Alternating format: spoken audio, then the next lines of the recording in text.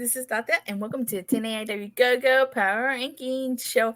As always, I'm joined by my two wonderful co-hosts. First, to my right, he is 1/3 of the tag team champions. He's the third rascal, and he allegedly has no relation to Steve Macklin. Give it up. Oh, and he puts the Burt and Sherbert. Give it up for the start of the show, Burt Macklin. I was ready to leave, but then you said it, and so I came back. Don't worry, Burt. I'll ride for you, dog. Like I'll hold it down for you. Like we putting the Burt and Sherbert in this motherfucker today. Yes, we are. All right, and to my left, not only is he the godfather of the power rankings, he puts the DNA and now 3NA. He puts the Lucha and Luchasaurus, the Lucha and Lucha Underground, the Brother and Lucha Brothers. Give it up for Lucha, Lucha, Lucha, Lucha. You know, I'll allow that Lucha Underground one. That was. That's what I was saying. That's good. That's good. We can keep that. Okay. All right, so we have quite the show. This is part 2 of Impact's 1000th episode celebration. We had a wide variety of... So was this episode 1000.5? I guess. So this week's episode is this episode 1001? You know what? It's best not to question. It's best not to question it. I believe so. It's 1000A, 1000B. You know what I mean? And this is 1001 this week. We had a lot of legends show up, especially in the Knockouts tag match. So I cannot wait to see who made the power rankings. I think for sure Josh Alexander is going to be on this week's power rankings. I think some of the knockouts in that tag match are going to be in the power rankings. Alan Angels, I definitely would like to see him on there. What about you guys? Burt, who would you like to see on this week? Well, speaking of legends, I expect to see the Motor City Machine Guns on there. And speaking of legends and speaking of the Motor City Machine Guns, I expect to see America's Most Wanted. And not only that, I'm going to take it a step further. I'm going to go ahead and start the agenda today. AM Dub versus Motor City Machine Guns. Can we get it? Can I have it for Christmas? We got to wait and see. And with that being said, let's play these power rankings. Number 10, Jake Something. Number 9, number 1 contender, Alan Angels. Number 8, Tag Team Champions MK Ultra. Number 7, Gail Kim. Number 6, the Most Professional Wrestling Gods. Number 5, Tag Team Champions The Rascals. Number 4, Awesome Kong. Number 3, the Walking Weapon Josh Alexander. Number 2, World Champion Trinity. Number 1, Motor City Machine Guns. Interesting. I agree. Very interesting. What the hell? And here's one thing. We actually had 3 ties. I think that's the power rankings first. We've had 2 ties. We've had a 3-way tie.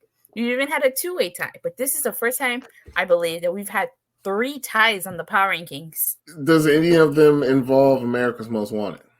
No.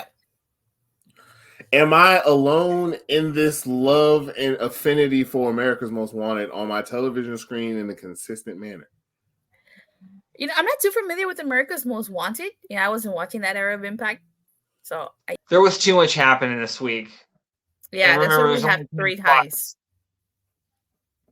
Let's kick things off by talking about the first tie. Alan Angels and Jake Something both tied, actually, with 31 points each. And because of this tie, Eric Young got knocked off the power rankings. He had 30 points. So, in my opinion, Alan Angels, because he did win Ultimate X and became number 1 contender, should be ahead of Jake Something. Granted, though, Jake Something has had a better showing than Alan Angels. So what do you guys think? Alan Angels should be 9 and Jake Something at 10, or would you switch them? No, I'm keeping them where they are because Alan Angels he's he's got accolades behind his shit at the moment. You know, Jake something's just something. He's just somebody, just some dude. Alan Angels is number one contender. Alan Angels, the Celestial, if you will. He went in the skies and in the stars and brought down the X or whatever the fuck. Also, I think this tie is pretty simple. Jake something beat one person. 2, if you want to count Alpha Bravo, get involved. Alan Angels beat 5 people. So, and he's carrying around a giant X. That has to mean something. Yeah, that's true. Actually, no. He said he wouldn't carry the X around his neck like some nerd or dweeb, whatever word he used to basically take a dough or jab at Kushida. All right, so now let's talk about the next tie. Gail Kim and the most professional wrestling gods tied with 37 points. Gail Kim is, the most professional wrestling gods are above Gail Kim's, but let's also throw in MK Ultra and Awesome Kong. Should Gail Kim be ahead of the tag team champions? And Awesome Kong is probably at number 4 because, she got the victory for her team and she received a massive pop and the crowd was chanting for her. So what do you guys think of all these spots? Should they be where they be? And who should be ahead? The most professional wrestling gods or Gail Kim, since they tied? It's simple for me. Gail should be ahead of the professional wrestling guys because granted, probably the reason why most professional wrestling guys was up here was due to their success. Well, Moose's success in Feast or Fired as far as getting the results. That was last week. No fighting going on. Gail was on the winning team and put on a damn good show in that regard also. So yeah, Gail should be the ones above the most professional wrestling guys in my opinion. And it's also fine that they're above MK Ultra because again, while yes, they are the tag champs, Gail was on the winning team of the main event. So True. really, Gail, for this being, to my knowledge, her debut on the Power Rankings, got robbed. And how do you feel about Awesome Kong being ahead of Gail Kim and MK Ultra? With how impressive the Gail's performance was at the end of the day, the match only wins by a pinfall or a submission, and the person who scored said pinfall was Awesome Kong. Number 4 ranked Awesome Kong. We better put respect on her name for this also being her debut in the Power Rankings. What about you, Burt? Yeah, I agree with Lucha in terms of I would switch Gail Kim with Moose and Myers. And yeah, and it just would be really cool to see Gail Kim and Awesome Kong right next to each other, just because that was the number one. That was a huge rivalry. I can't say it back in the day, and so yeah, Awesome Kong deserves that spot. Yeah, just because we always talk about how big getting the main event win, the main event pin in the main event match. That's a big deal. You end the show with your hand being raised. So no, I agree. But now let's talk about number 5, the tag team champions, the Rascals, and number 3, the walking weapon, Josh Alexander. So, going back to Awesome Kong, should she be ahead of the tag team champions, the Rascals? Because she came in at number 4, the Rascals came in at number 5, and Josh Alexander came in at number 3. I don't like it, but I respect it. I don't have to like it, though. I'll just say number 5 is a cooler spot. That's where the Rascals are at. And Trey, I don't care if Trey lost that match. He didn't lose his belt. They're still a tag team champions. And he looked like a star in defeat. So, and then Josh being where he's at, it makes total sense just because they're building to him technically there are 2 number 1 contenders right now, Moose and him, but Josh is getting the shot at Bound for Glory. So number 3 is a perfect spot. Are we going to see a repeat of Bound for Glory 2021? Where Josh wins? And then Moose robs him of his moment again? No, I don't think. No, I don't think we see. I don't think we see. Well, I don't think we see Josh winning. Is that? And that will tie in. That will tie in to number one when we get there. What about you, Lucha? What are your thoughts on the Rascals coming in at number 5, Josh number 3, and Awesome Khan coming in ahead of the Rascals? Okay, I'm probably about to completely lose you because we're about to start talking college football here. Trey Miguel versus Josh Alexander, you know what I'm saying? That was what were they ranked? Both of them were ranked in the top 10 last week. Actually, probably top 5 if I'm not mistaken. So like you got a top 5 matchup between two top 10 teams. If the lower seed beats the higher seed, you know what I'm saying? Yeah, they're going to drop, but they aren't going to drop off that much because of the level of competition that they were playing against. So, yeah, the Rascals aren't going to have a crazy drop off, excuse me, just because Trey Miguel got dumped on his fucking noggin. He got dumped on one of the last few brain cells that man has left. So they shouldn't be penalized as such. There is a case to be made that the Rascals should, even though Kong got the win in that 10 knockout tag, there's a case to be made that the Rascals should still be ranked above her. And I agree with people who want to make that case. Smoke them if you got them. That was very well said. And yeah, they shouldn't drop off that far just because, yeah, you know what I mean? Anybody, you know what I mean? Because Josh is one of the best in the world, so he, losing to him is completely respectable. And it wasn't like Trey couldn't have won that match, you know what I'm saying? So he just slipped up. So, yeah, I completely agree with you. But I think one of the things that also hurt the Rascals was that Zachary Wentz was in that Ultimate X match and he lost. So both of them lost their matches. If I'm going to say that Allen Angels beat 5 other people, you could also say the same thing that Zachary Wentz lost to 5 other people. Yeah, and the Ultimate X is one of the, most dangerous matches out there. You can't punish him for that. Okay. I don't like this indictment on the Rascals right now. Okay, you're the third Rascal. It's hurt. All right, so this is where things get interesting. Remember I said there was a third tie? There is actually a tie for number 1.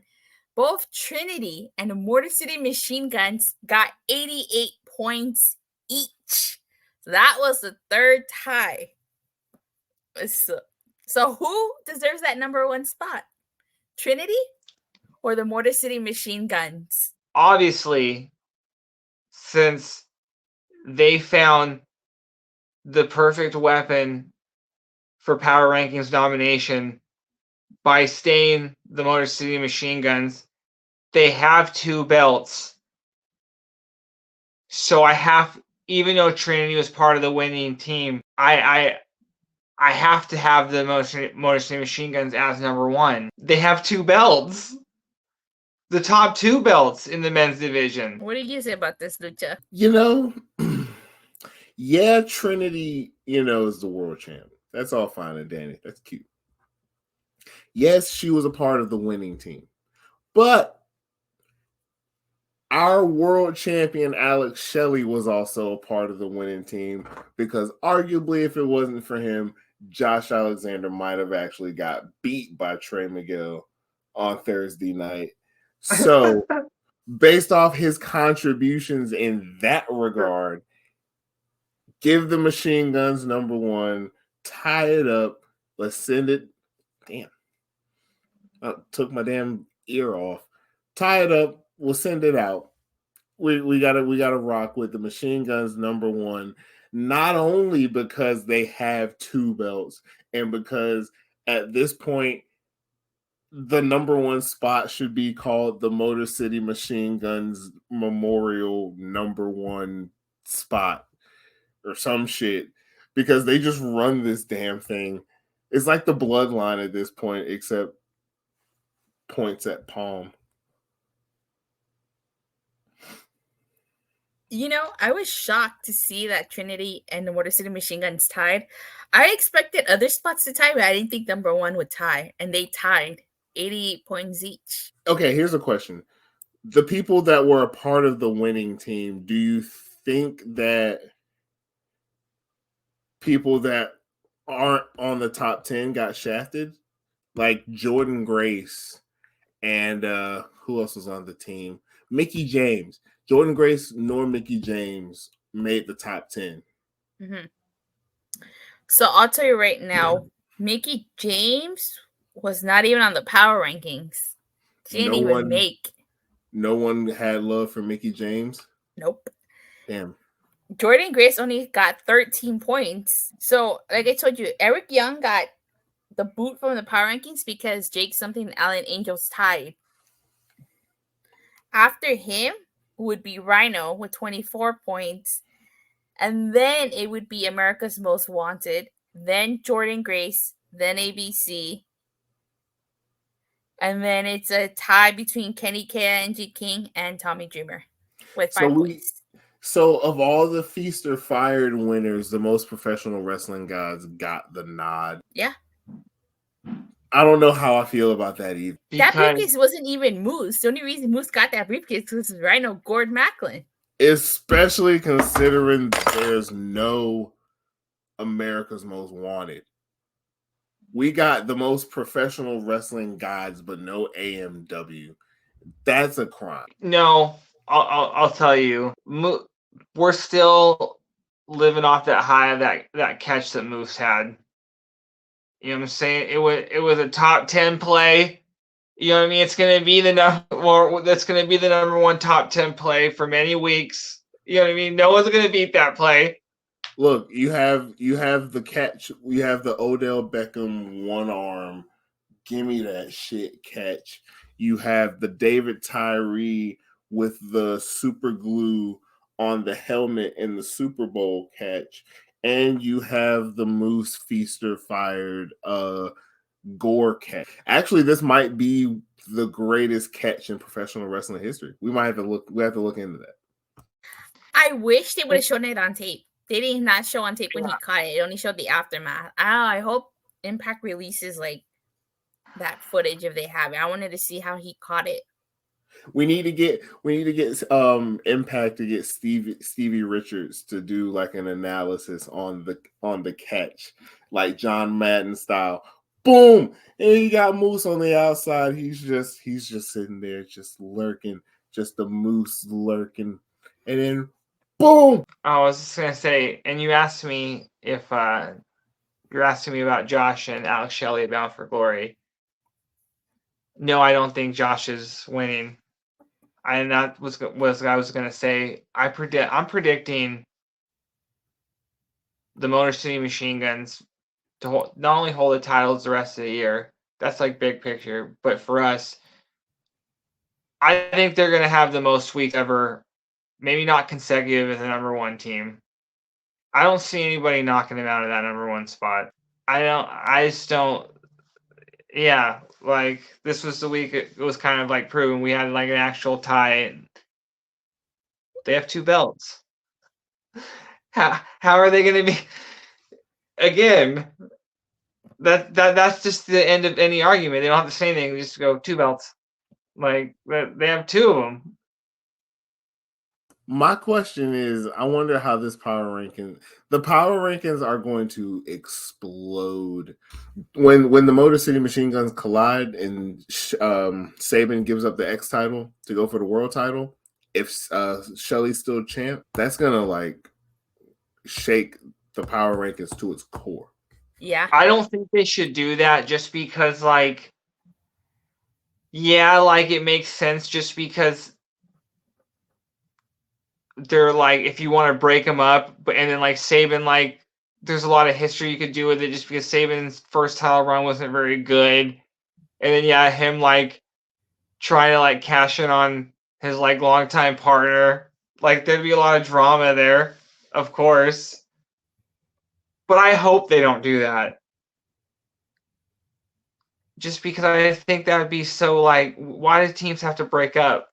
You know what I mean? Not every team needs to break up. But they'll probably do that. I guess we gotta wait and see where they go with this. Dun, dun, All dun. right. All right. Does anybody have anything else to say about the power rankings, or before we move on to the next segment? I'm glad to see the tag team knockouts tag team champions made it. They should be. Same. I'm glad to see they made the power rankings this time. I want, Let's see if they're on there next week. I want to Wait. say it seemed when Kenny King was Digital Media Championship, the Digital Media Championship champion made the top 10. So maybe let's get the belt back on Kenny King. I wonder who the highest ranked BTI performer is. Who knows? It might be Josh Alexander from that damn Iron Man match from when he was the X-Champ. Oh, I remember that. With great- TNAIW, right? I can't believe they put that on BTI. So with that being said, that concludes the discussion on the power rankings. Now let's move on to a segment I like to call which match has the biggest implications on next week's power rankings. Dun dun dun. Burt, what are the matches for next week? I think these are both equal in my opinion, but we have Trinity taking on Giselle Shaw, and then we have Chris Sabin versus Alan Angels for the X Division championship. I think they're both equal just in terms of because Trinity being world champion automatically should make the top 10, but if she gets a win, that should be top 3 easily. And it's obviously same with Chris Sabin, more so because he's part of the Motor City Machine Guns, who Alex Shelley's a world champion. So to say if he loses, that I think there's more implications because I don't think Trinity's match is a world title match. And so if Chris Sabin loses, that he is part of a unit, so that could obviously hurt them a lot more. So I think they're equal, you know. I can see why you think they're both equal because Trinity is number 2 and she tied for number 1. Yes. However, Giselle Shaw was on the losing end on the team, and she's been chasing gold for a while now. If Giselle Shaw beats Trinity in a non-title match, I think she will make the power rankings. But like you said, you know, Chris Sabin's defending his title against Alan Angels. So if he loses, that'll certainly affect Motor City Machine Guns. What about you, Lucha? Yeah, that's a good point. You know, not only is Sabin defending the belt, he's defending the honor of the Machine Guns. You know what I'm saying? He's representing, since it's just him and not Shelley fighting as well. I will say the one with the biggest implications for me is Sabin versus Angels, strictly because that is a title fight. A and B, it's the only one that's between 2 top 10 ranked guys. So Alan Angels is at a point where if he can knock off 10-time X Division champion Chris Sabin and get him the X Division title and knock off the number 1 ranked cats in the company, you know, that you want to talk about stars being up in the stars. That man is going past stars if he can pull that off. So that storyline going into the match is already got more heat than anything that Trinity and Giselle can muster up. And that's no disrespect against either of them because I know that match is gonna be fire. But that's not the question. Was which match is going to be fire?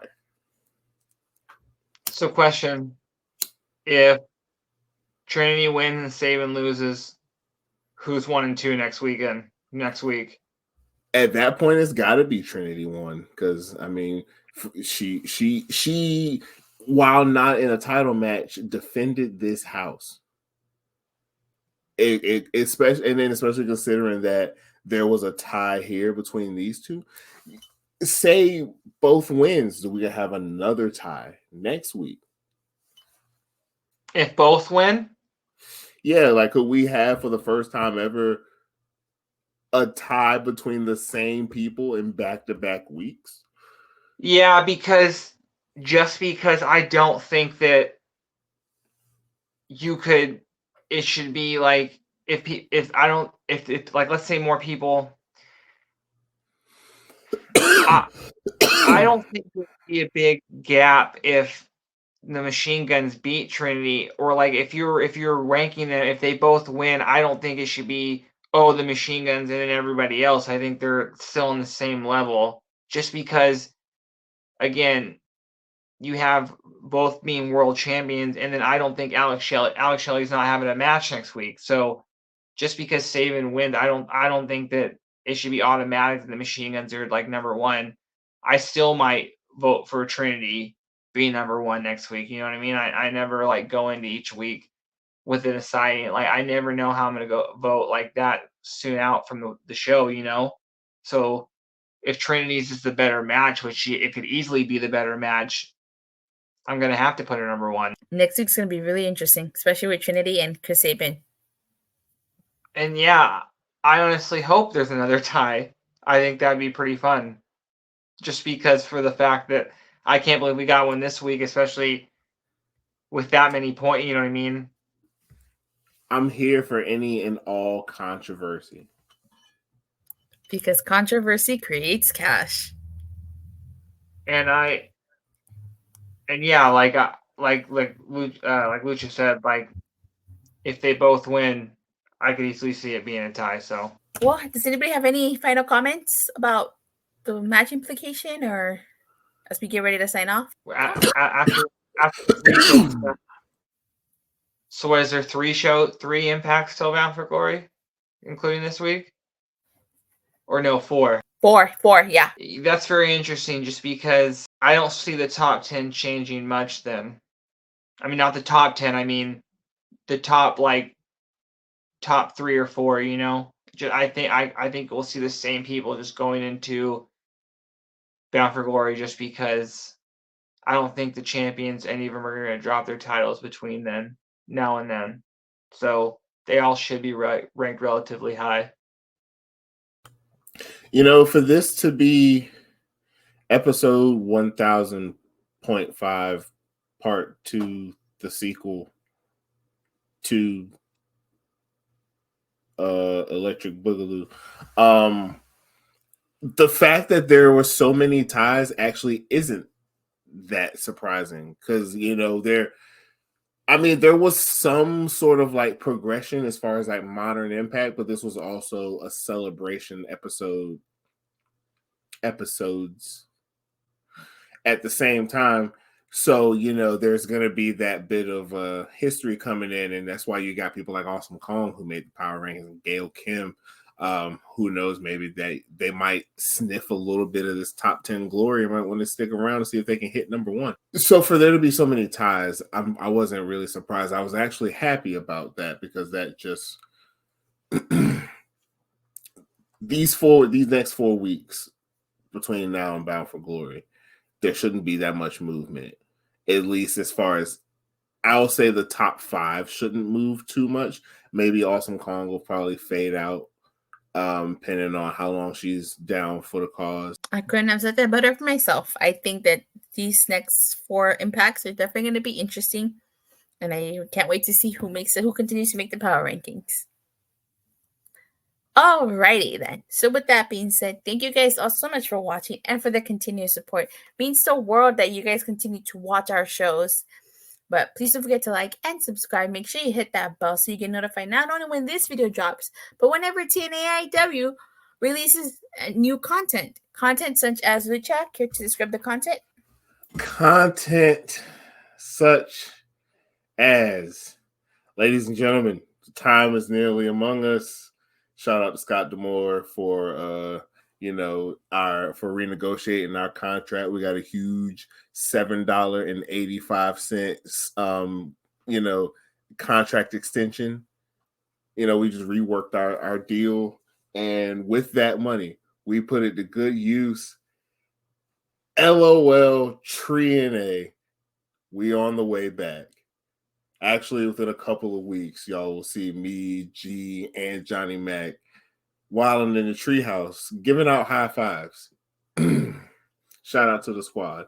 You can go check out the old but not dated TNA 2K series with the Ryder Cup to crown our world champ, the Athena Cup to crown our Knockouts champ, the Super X Cup to crown the X Division champ. We're working on getting the tag division situated. Check out G's reaction videos. Check out his other ventures that he's got going on. Just support nonsense and support Impact. And with that being said, we'll see you guys next week. Bye.